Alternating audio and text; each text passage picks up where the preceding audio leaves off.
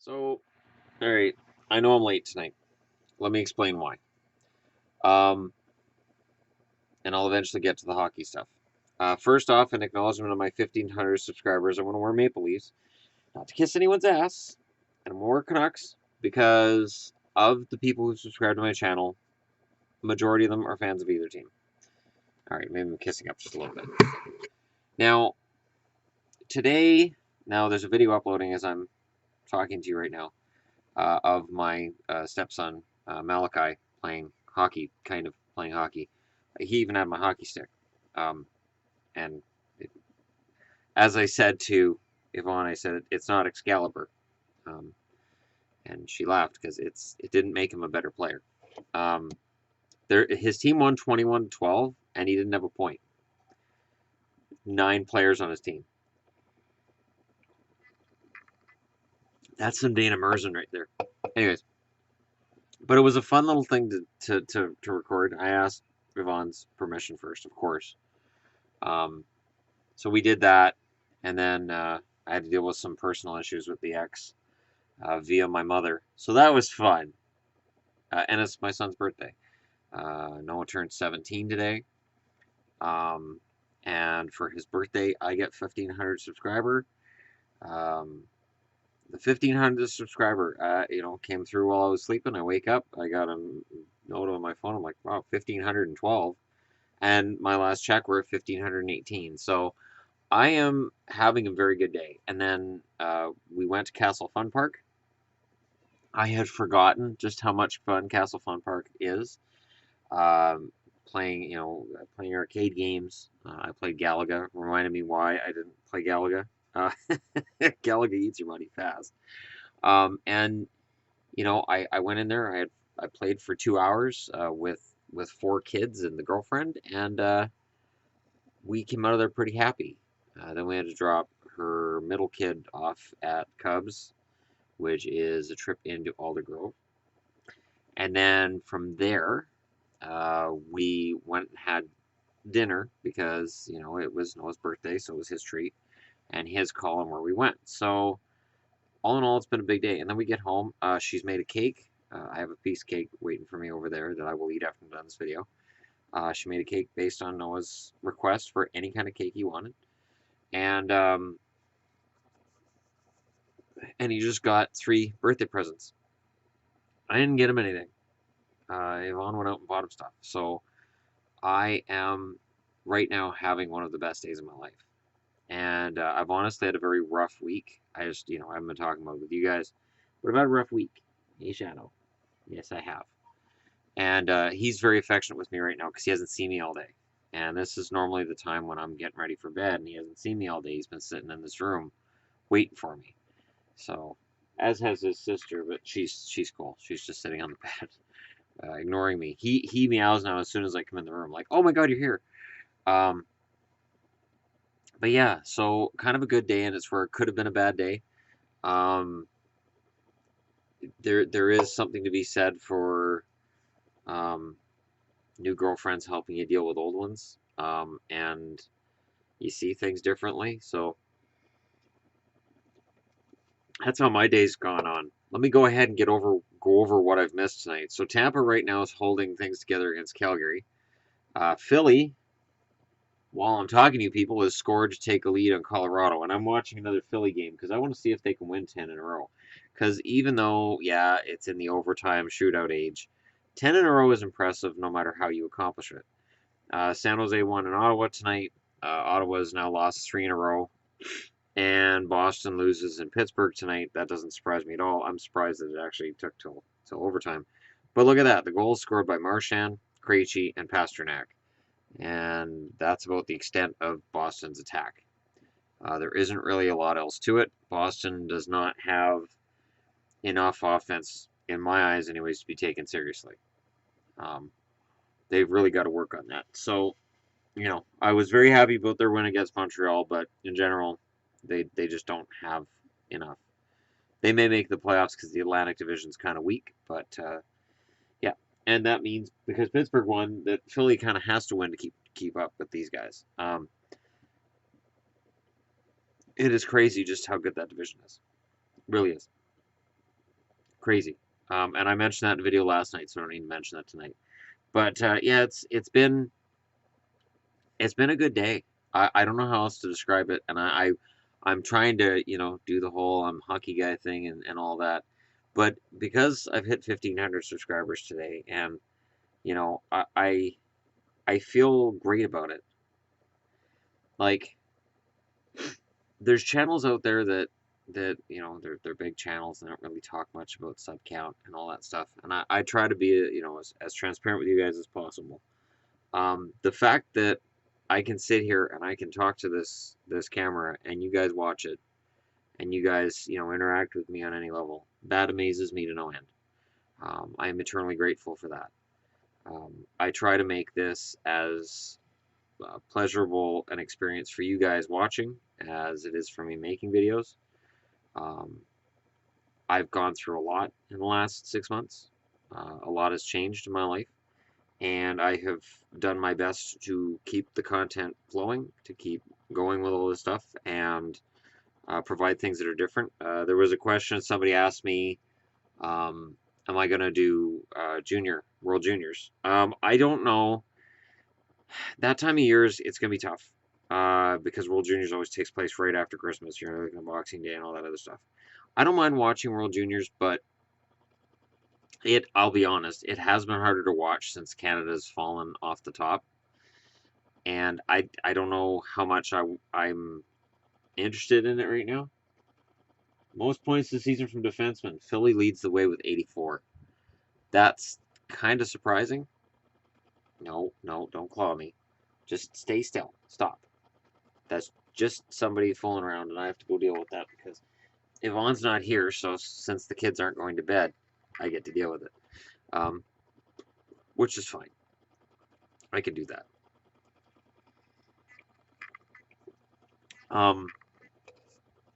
But yeah, I for 1,500,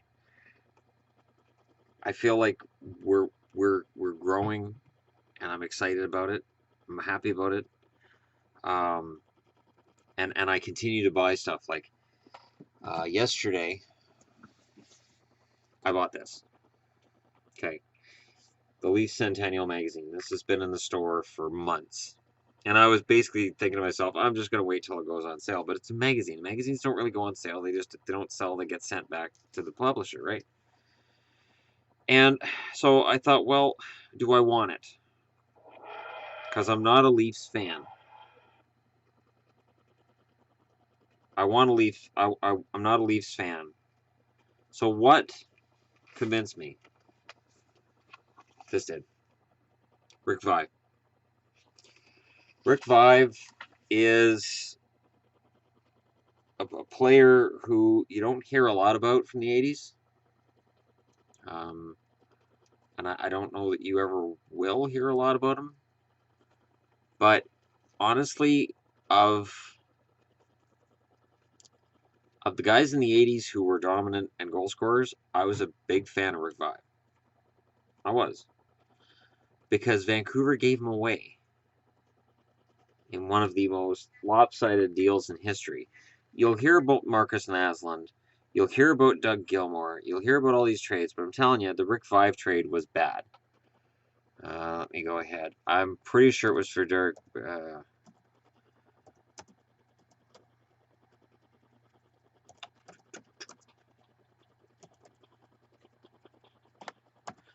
For Jerry Butler.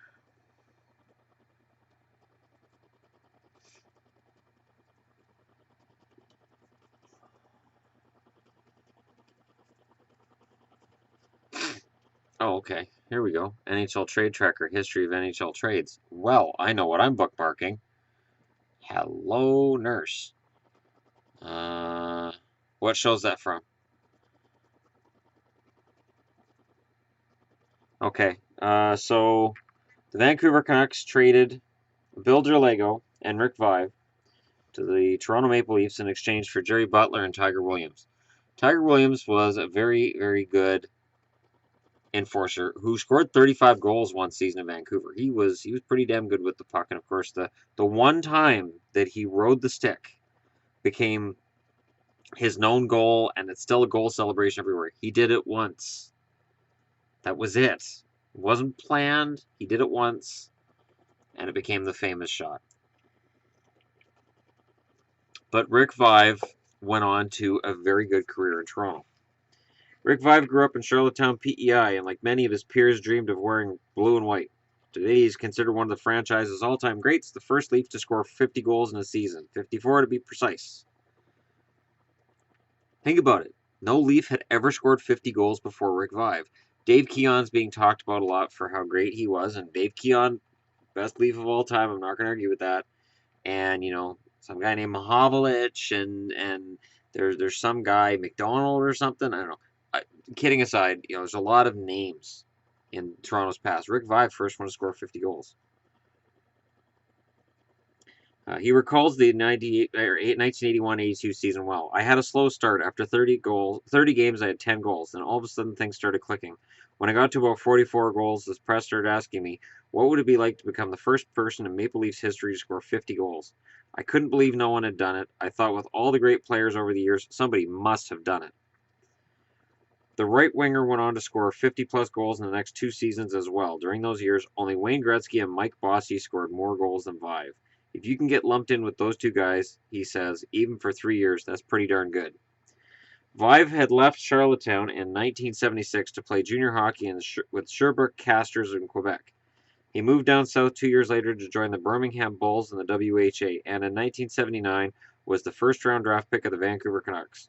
There, he met close friend Bill Derlego, the Canucks' first-round pick from the year before. Yeah, the Canucks have a thing for trading first-round picks, don't they? We had something in common, says Derlego. We were both first-round picks and we were playing third and fourth line, and we didn't like it. In 1980, they were traded together to Toronto and impressed coach Punch Imlach. We talked to Punch, says Derlego, and he said we were going to get to play right away and get some ice time. That's all you want as a hockey player. Sharing a line with Derlego at center and John Anderson at left wing, Vaive was unstoppable. I knew his strengths, said Derlego. He liked to shoot the puck. Once he was on a roll, I was thinking, better him than me shooting. He's got a better chance. So I started feeding him. At age 22, after barely 2 years with the Leafs, Vaive was named team captain. I know a lot of people consider the 1980s a very bad decade, says Vaive, but we had some very decent success. We had some guys come in like Wendell Clark in 85 who put a spark into the team. Vaive was traded in 1987 and it still stings. I wish I could have stayed longer and been there for the good days in the early 90s. That would have been a lot of fun. Though he played 5 more years in the NHL for Chicago and then Buffalo, and coached the South Carolina Stingrays in the ECHL, Vaive always found himself returning to Southern Ontario and now lives in Niagara Falls. These days, you can find him at a charity golf tournament or alumni game, or just watching the sport he loves. His son Justin plays in the AHL for the Bridgeport Sound Tigers, and Vaive is a regular in the Leafs alumni box at Air Canada Centre. After last season, he says, seeing some of the good young players who came up and played pretty well, you can say this team is going to be something.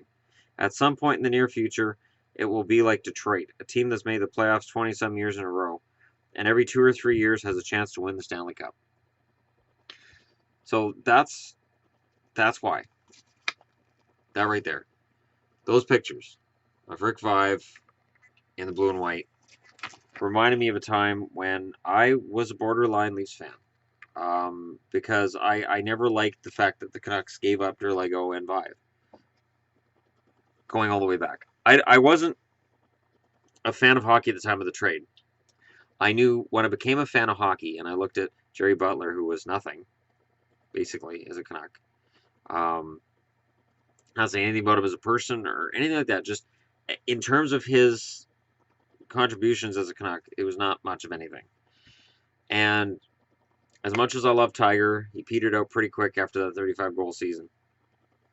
So here's Vaive scoring 50 goals. Here's Derlego being a pretty good player himself. And the Canucks had nothing to show for it, really. It was upsetting.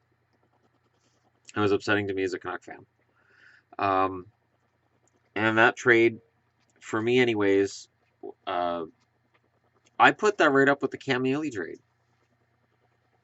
And if people want to argue with me on that, okay, but when Barry Peterson came to Vancouver, he was only a couple years removed from having 100-point seasons. He was still scoring points, and he scored points as a Canuck. Barry Peterson, his first couple years in Vancouver, he scored plenty of points. He just didn't have that dominant power forward game that Cam Neely came to epitomize, and he was the power forward. He originated the term power forward in the NHL. Cam Neely was it. So that's why everybody remembers that trade. But Rick Vaive was a 50-goal scorer, and the Canucks would go another 10 years before they had one. And yeah, it was the 80s, and the Leafs weren't a very good team. In fact, let me take a look at that. One sec.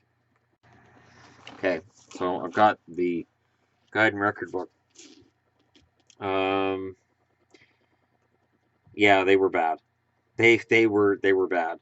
81-82 when he had the 50-goal season, they only had 20 wins. They had 56 points. They were out of the playoffs. The next season they had 68 points. They lost in this first round. Out of the playoffs. 86 they lost in the second round. They only had 57 points that season. And then the year he got traded to Chicago, they had 70 points. And again, they lost in the second round. So, yeah, it was pretty dark times for the Leafs. But I think Vaive is still in the record book. I just need to take a quick look at this. He might have got eclipsed by somebody else, though.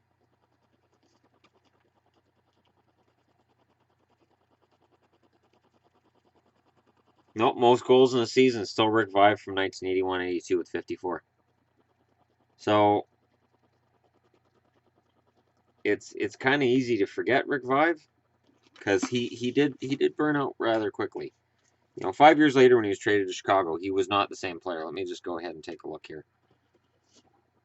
Rick Vaive, actually, I'm wrong, somewhat.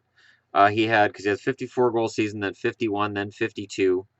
84-85, he scored 35. 85-86, he scored 33, but he only played 61 games. And then he was traded after the 32-goal season to Chicago, and in Chicago he had 43 goals the one season he played there.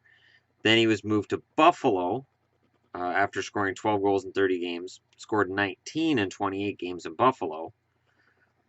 Followed that up with 29 goals, 25 goals, and then his last season with any kind of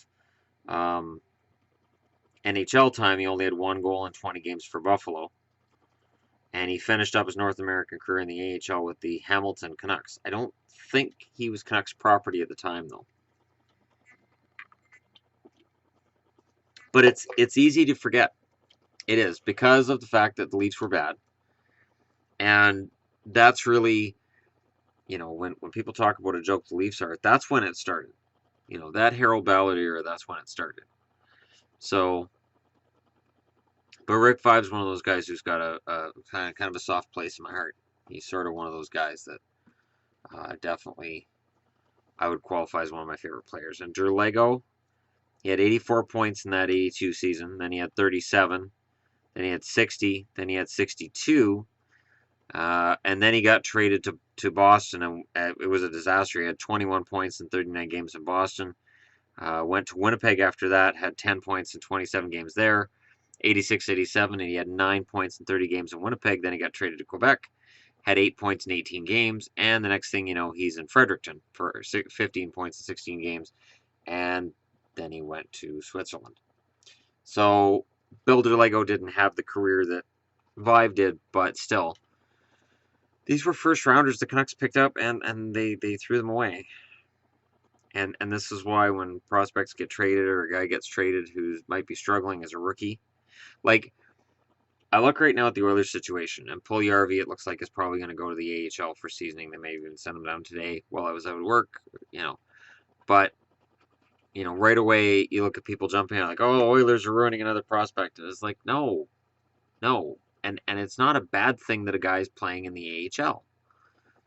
I mean, fans need to stop thinking that every prospect should just go to the NHL and play and never get sent down. That's not the way it works. There are your guys who play in the NHL, but I'm pretty sure even Brett Hull was at some point in time an American Hockey League player. Oh, Colorado scored. It's 1-1. That's Rene Bourque. So Rene Bourque with the goal.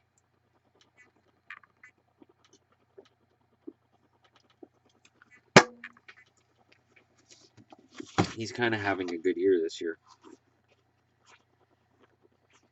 He hasn't had one of those in a while. Of course, odds are it is a contract season.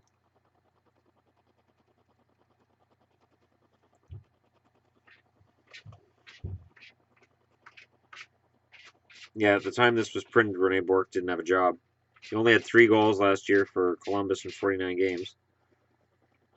He hasn't had a 20-goal season since 2010, 2011, when he had 27 goals, 50 points for Calgary. And then he got traded to Montreal after that. He got traded with Patrick Holland and Calgary's second-round pick, who became Zachary Fucale, for Mike Camilleri, Kerry Ramo, and Montreal's fifth-round pick, Ryan Culkin, in 2012. So, anyways, I'm just trying to, put everything out there. But, this is my 1500 video. This is sort of, the stuff that I'm doing and the stuff that's going on and how I'm actually having a pretty good day. This has actually been a pretty good day. Now, for you guys who watched the Malachi raw footage and Gabriel and net,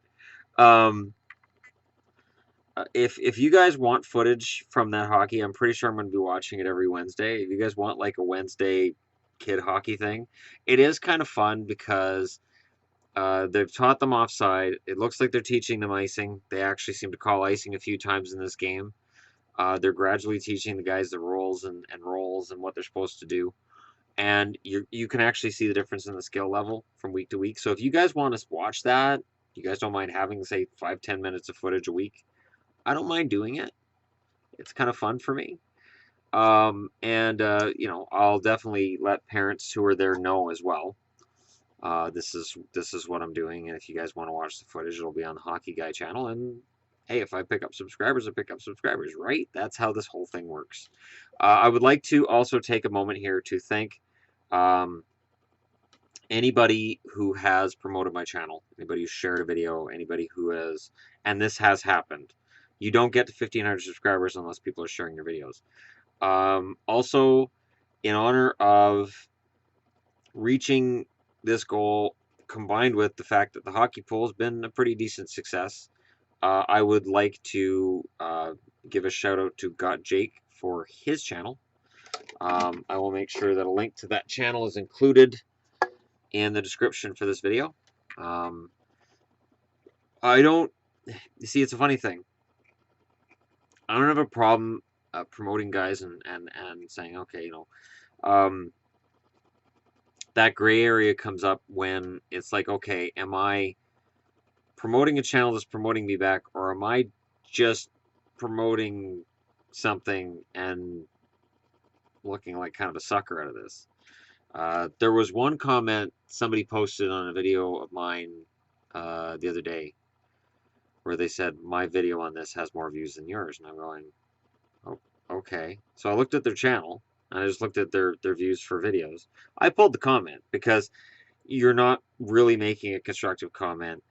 You're trying to attract attention to your channel. So I looked, and I'm like, and I looked at the actual count, and at the time that I looked, my video had, I think, 15 more views than his.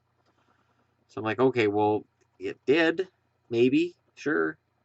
But then I looked at all his other videos. I'm like, okay, 4 views, 10 views, 20 views, like, and it's one of those things that it is that gray area on YouTube, because how would I put it? You don't mind helping a new guy out at work, right? But you don't want to help your replacement either. And while there isn't necessarily a replacement, because this is, the internet's a big place. I considered when I started doing this as just sort of a hobby. I didn't intend for it to become what it's become, right? So when people go into this, like, well, I don't have any subscribers yet, but I'm going to make this, I'm going to do this and this, and it's totally different than what I did. And where I've got to, I've personally never gone to another channel and said, "Hey, can you promote my channel?" I've never done it ever, and I never will. Could I make more money in that way? Sure. Could I get more subscribers faster? Absolutely. Am I going to do it? No. Because for me, the organic thing has worked really well. I like another thing too that and I'm going to say this to you guys. I'm at the 25-minute mark, and I apologize for that, but this is 1,500 people, so this is my chance to sort of just relax and just be myself and talk to you guys. This is more for the dedicated subscriber than casual viewers. If you're a new subscriber and you're still watching, awesome, great. Because this goes for you guys too. The subscribers that seem to get attracted to this channel, subscribe and interact with me, are great guys. Great guys I would sit down, have a beer with, and talk with, and I could probably really have a good hockey discussion with. Some of the best comments are when people say, "I don't agree with your point of view. I think you're probably full of shit, but I'll listen to you make your argument, and I respect your opinion." That is one of the greatest things about people that I've run into on this channel, is that we can have a civil discourse where I can say, for an example, Canucks need to rebuild. Somebody else says, I don't think they do. Okay. I make their point, they make their point, we're good. There is no white and black in this. There's no right and wrong. There isn't. I mean, sure, consensus may say um, this, the Lightning are a contender. Consensus might say that, and there might be somebody in the back who goes, I think the Lightning look like crap. And their opinion is no less valid than mine. And my opinion doesn't have any more weight than theirs. And subscriber counts and thumbs up, thumbs down, none of that matters in the big picture, because those guys out on the ice are going to decide it, and they're not paying attention to what's being said online. At least they better not be. I know there's players that do, and I don't understand why. Because you need to get yourself together and not worry about it. So, yeah. Um, anyways, I just wanted to touch base with you guys tonight and just say 1,500. This is awesome. I'll find something else NHL related to discuss tonight. And yeah, I had a really good day. I've honestly had a really good day. And I've come to realize some things this week. And I've realized that the woman that I'm living with right now is honestly, like, all of this today, the cake, the Castle Fun Park, all of these things done for my son were her. She doesn't have to. This is my kid that she's had living under her roof for less than a month. My kid who she didn't even know, very, very much, if at all, before we moved in here. And she's taken us in, and she has made us part of this family. This is um, really amazing. And then when I go through some of the stuff I've been going through this week, okay, and I'll say this because I'm already 30 minutes in, so anybody who's watching is a long-term subscriber. I don't have to worry about my ex or anybody else going through this. I let my ex into my old apartment because I'm not there, right? And there's some stuff in there I know she wanted, and she was bugging me. I want this and this and this. I'm like, fine, go in, get it, whatever. So I let her go in, and anybody who's watched my channel for a while, the old apartment's kind of messy. Kind of is probably an understatement, but it's not trashed. It's messy, and I got a lot of my stuff out. So there's stuff kind of scattered, but it's it's got some sense of semblance of order to it. After her and a few people who were with her went through looking for her stuff, I went in and the apartment was trashed.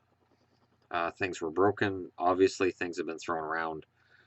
Things that didn't need to be. Sure, there's furniture that may need to be moved and whatnot. You didn't need to pick it up and throw it. And the items she was looking for, she didn't even look where they are. So I'm like, oh, okay, well, you trashed my stuff. You've once again come into a place, and I'm not done getting all my stuff out yet. So, I've been taking trips because we've just got a van. So, I mean, we go down and I take, a few boxes here and there, and I've had to speed that up because I don't want my stuff getting broken. And so I let her know that based on her not paying child support this month, based on her trashing the place, based on the fact that there was a blizzard here, and anybody in the Lower Mainland knows that it's bad. She picked my son up from here, drove him out to Chilliwack, and left him there. And I don't care what the reason was for that. She knew he didn't have a ride back. She offered him a ride back, and he said no. And because he's the kid, she should have said, look, if you get into the car and I give you a ride back, or I'm taking you to the bus stop and you're taking a bus home to Abbotsford. Now, we had to go out in the blizzard. And I know people on the East Coast are going to say, oh, blizzard. We got over a foot of snow that night. And there was no plowing of the road. We almost went off the road numerous times. We almost went into the ditch numerous times. It was the scariest. I genuinely thought we were going in the ditch. Um, it was terrifying, and the fact that I had to go to my work Christmas party that night. Anyways, I was out in Chilliwack, but we were another 45 minutes late getting through to get back on the highway. So that's 45 minutes more snow. That's 45 minutes more for the bad traffic to kind of pile up and for chaos to really ensue. I was very upset. So those things combined very much upset me. And then apparently I send her an email, but I do it in such a way that she can't answer me. So I'm like, all right, this is my opinion. Because we just argue, and I'm like, I don't want to fight. Here's my opinion, and you know what? Go away. And it's like, and I said, you're not getting back into the apartment. You're not. You're not getting back in. Um, I said you blew it. And I know she wasn't the one that picked stuff up and threw it because she's got a carpal tunnel in both wrists. She's got a bad back. She's got both her hips are shot. She's got no strength in her upper body whatsoever. I know it was my daughter and who I haven't heard from in years, and her boyfriend and my ex's boyfriend. I know they were the ones that were trashing stuff. And I said to her, I said, I understand it wasn't you throwing stuff around, but you were there and you know that was my stuff, and you should have been stepping in and saying, hey, we're not here to break his things. We're here to get my stuff. So I said, for that reason, I can't do this. You're not getting back in, and I'm just going to start throwing stuff out. I'm going to go through this weekend. Starting this weekend, I'm going to start just throwing stuff away. Uh, and apparently she messaged my mother, and my mother calls me, hey, you need to talk to me. I'm like, oh, God, I got to talk to my mother, and this is going to be about my ex. Ugh. And I knew. And apparently, my ex hasn't paid child support this month because she's broke.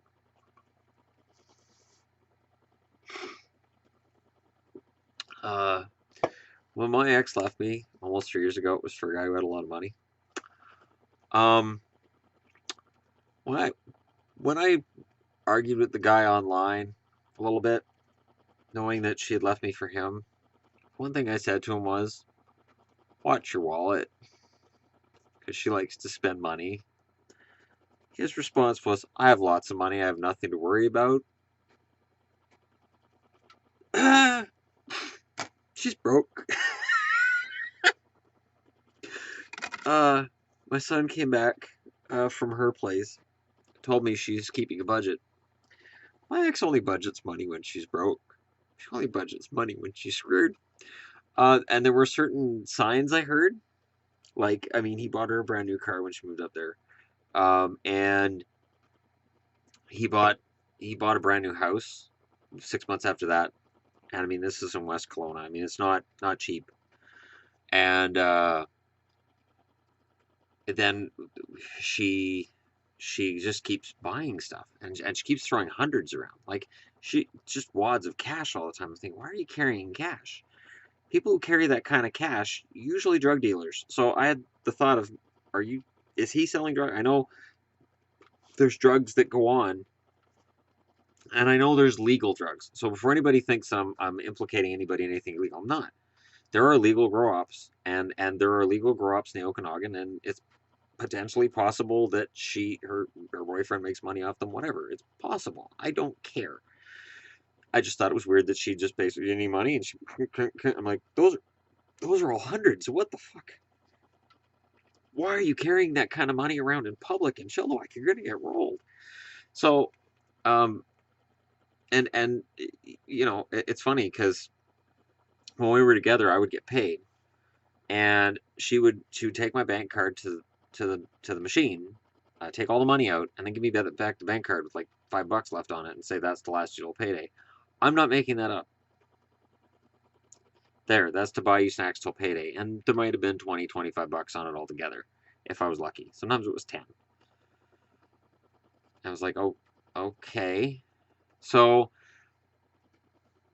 what I, you know, when I hear, well, I can't pay child support because I have to pay dot dot dot dot, I'm like, oh, well, that's nice, because I'm living with a woman who is still going through the process of being okayed by the BCTF to teach with her American certificate, which takes time. So currently, she is not employed. Uh, we've got 4 kids in this house. I am the sole breadwinner on that level, and we're doing fine. I'm not broke. And once I'm done with any kind of disconnection costs at my apartment and I've got all my bills paid up, and we split the bills in half, Yvonne and I, we're kind of well off. I mean, we live in a small place, and there's some cramped issues, and you know, there's some stuff going on. But based on the amount of money we have, we can take the kids out every day. We can do stuff. We can have fun. And this is where it circles back to you guys. Through you guys being troopers and sitting through ads, through you guys being faithful to this channel and helping it grow, and through shares, you have played a large role in making life better for me, for my son, and now by extension, my girlfriend and her children. There are a lot of people on YouTube who are young and pretty, and um, they may never have had a you know, full-time 9 to 5 job. I've never not had a full-time 9 to 5 job. I don't ever expect to be a YouTuber who is able to just make money doing this. Do I, somewhere in the back of my mind, think, man, that would be awesome? Of course. Of course. It's a dream a lot of people have. It's a lot of work. Being full-time YouTuber is a lot of work, and it's a lot of stress, because you have to keep turning out content. Because if you don't, somebody else does, and then you're done. That's it. You're done. But no, I really value you guys. I value everything you guys say, and everything that happens um, on this channel has value in my life. I check view counts at least 10 times a day. I check revenue reports, because if my views are staying up and my revenue starts doing this, it means you guys aren't enjoying the content. If my revenue does this and my view count's actually doing this, I'm like, holy Lord, that's all that tells me all of the hardcore viewers, all the subscribers who watch every video are the guys who watch that video. So if that video makes me a lot of money on very few views, I'm doing that one more, because I know it's going to the subscribers that really get this and get what I'm trying to do, and are supporting me. And it's a way for you guys to support me without spending a cent. You don't have to spend a cent. And that's my favorite kind. I do have a Patreon account. In this video, I'm going to link my Patreon account. I'm going to link my Facebook page, because I don't have it in very readily available places. And I do try to post all of my videos on my Facebook page now too. Um, so that's important.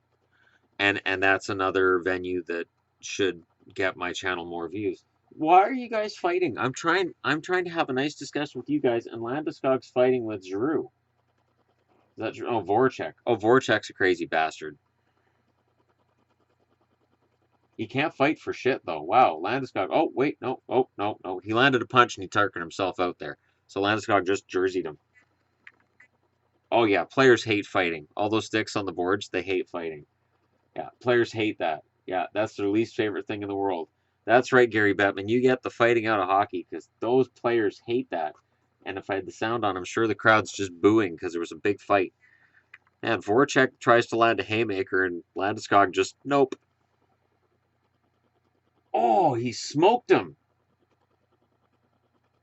And in comes Voracek. That's a nice, clean, solid hit on Raffle, Michael Raffle. That's a clean hit. What the hell are you going after Landeskog for? That was a clean, open ice hit. Wow. And Voracek just goes. Oh, did he have the puck? Because if he didn't have the puck, that's kind of interference. Yeah, never mind. All right, I wasn't really paying attention to that part of it. I was just looking at the hit.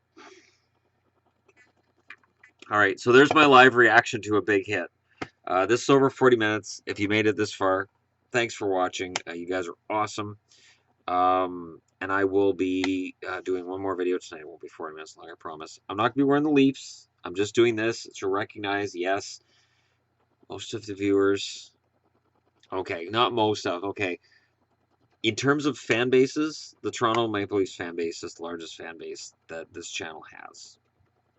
And I acknowledge that. So, anyways, thanks for watching. If you're just browsing through, I don't know why you're still here, but hit like and subscribe if you like what you see. And I will talk to you all again very, very soon.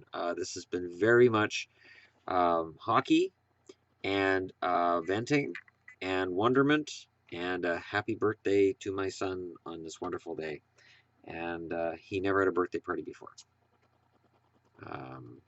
Before he lived here, he never had breakfast made for him either.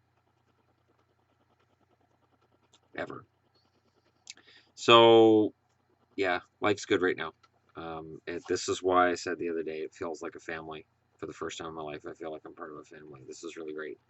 And thank you for, being there and watching and helping me change my focus from what this channel initially was to what it is now, which is my favorite sport in the world. My favorite thing to talk about. And I will talk to you all again very soon. Thanks for watching. Peace out.